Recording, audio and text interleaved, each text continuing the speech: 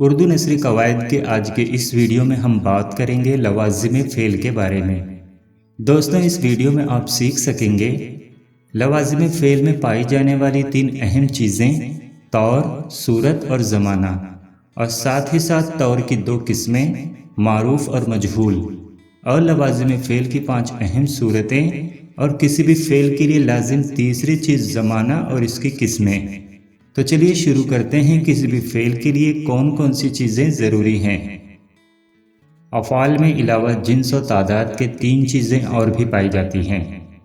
ان میں پہلی چیز ہے طور، دوسری ہے صورت جسے حالت بھی کہتے ہیں، اور فعل کے لیے لازم تیسری چیز ہے زمانہ۔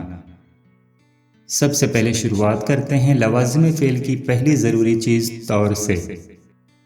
طور فعل وہ حالت ہے جس سے ہمیں یہ معلوم ہوتا ہے کہ کام خود فاعل نے کیا یا کام کا اثر کسی پر واقع ہوا۔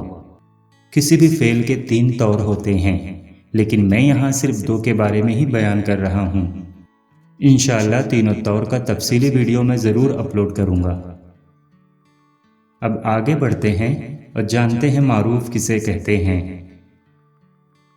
جب فاعل کے کام کا اثر کسی دوسری شے یا شخص پر واقع ہو تو اسے معروف کہتے ہیں۔ جیسے احمد نے نوکر کو مارا۔ اس جملے میں فاعل یعنی کام کا کرنے والا ہے احمد۔ یہاں فاعل کے کام کا اثر نوکر پر واقع ہوتا ہے۔ جس جملے میں فاعل معلوم نہ ہو، صرف وہ شے یا شخص معلوم ہو جس پر کسی کام کا اثر واقع ہو تو اسے مجہول کہتے ہیں۔ جیسے اسے خط سنایا گیا۔ یہاں سنانے والا یعنی فاعل نامعلوم ہے، اس لیے اسے مجہول کہتے ہیں۔ مجہول کے معنی نامعلوم کے ہیں۔ ہر فعل میں کوئی نہ کوئی صورت ہوتی ہے جس سے یہ ظاہر ہوتا ہے کہ فعل یعنی کام کس ڈھنگ سے ہوا ہے۔ فعل کی 5 صورتیں ہوتی ہیں۔ پہلی ہے خبری، دوسری ہے شرطی، تیسری ہے احتمالی، چوتھی ہے امری جس میں حکم یا درخواست کی جاتی ہے، اور 5ویں ہے مصدری جس کے آخر میں نہ آتا ہے۔ اب آگے بڑھتے ہیں اور جانتے ہیں فعل کی پہلی صورت کے بارے میں۔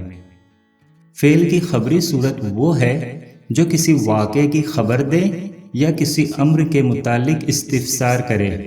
استفسار کا مطلب ہے پوچھ تاچھ یا انکوائری کرنا۔ جیسے حامد گر پڑا۔ اس جملے سے ہمیں کسی واقعے کی خبر مل رہی ہے، اس لیے اس جملے کا فعل خبری صورت میں ہے۔ اگلی مثال، آپ پانی پئیں گے۔ اس جملے میں کسی سے کچھ پوچھا جا رہا ہے، اس لیے اس جملے کا فعل بھی خبری صورت میں ہے۔ فعل کی دوسری صورت ہے شرطی۔ شرطی صورت فعل کی وہ صورت ہے جس میں کسی بات یا چیز میں تمنا یا شرط پائی جائے، چاہے حرف شرط ہو یا نہ ہو۔ جیسے وہ آتے تو میں بھی چلتا۔ کبھی کبھار فعل کی اس حالت سے کسی امید اور خواہش کا اظہار بھی ہوتا ہے۔ جیسے وہ آتا تو خوب اچھا ہوتا، یہ مکان مجھے مل جاتا تو اچھا ہوتا۔ فعل کی تیسری صورت ہے احتمالی۔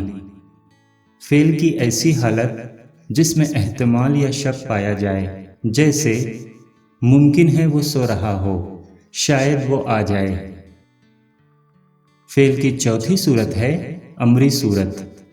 فعل کی امری صورت ایسی صورت ہوتی ہے جس میں حکم یا التجا پائی جائے، جسے انگلش میں آرڈر اور ریکویسٹ کہتے ہیں۔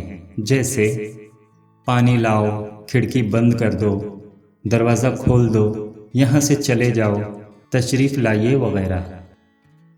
فعل کی 5ویں صورت ہے مصدری صورت۔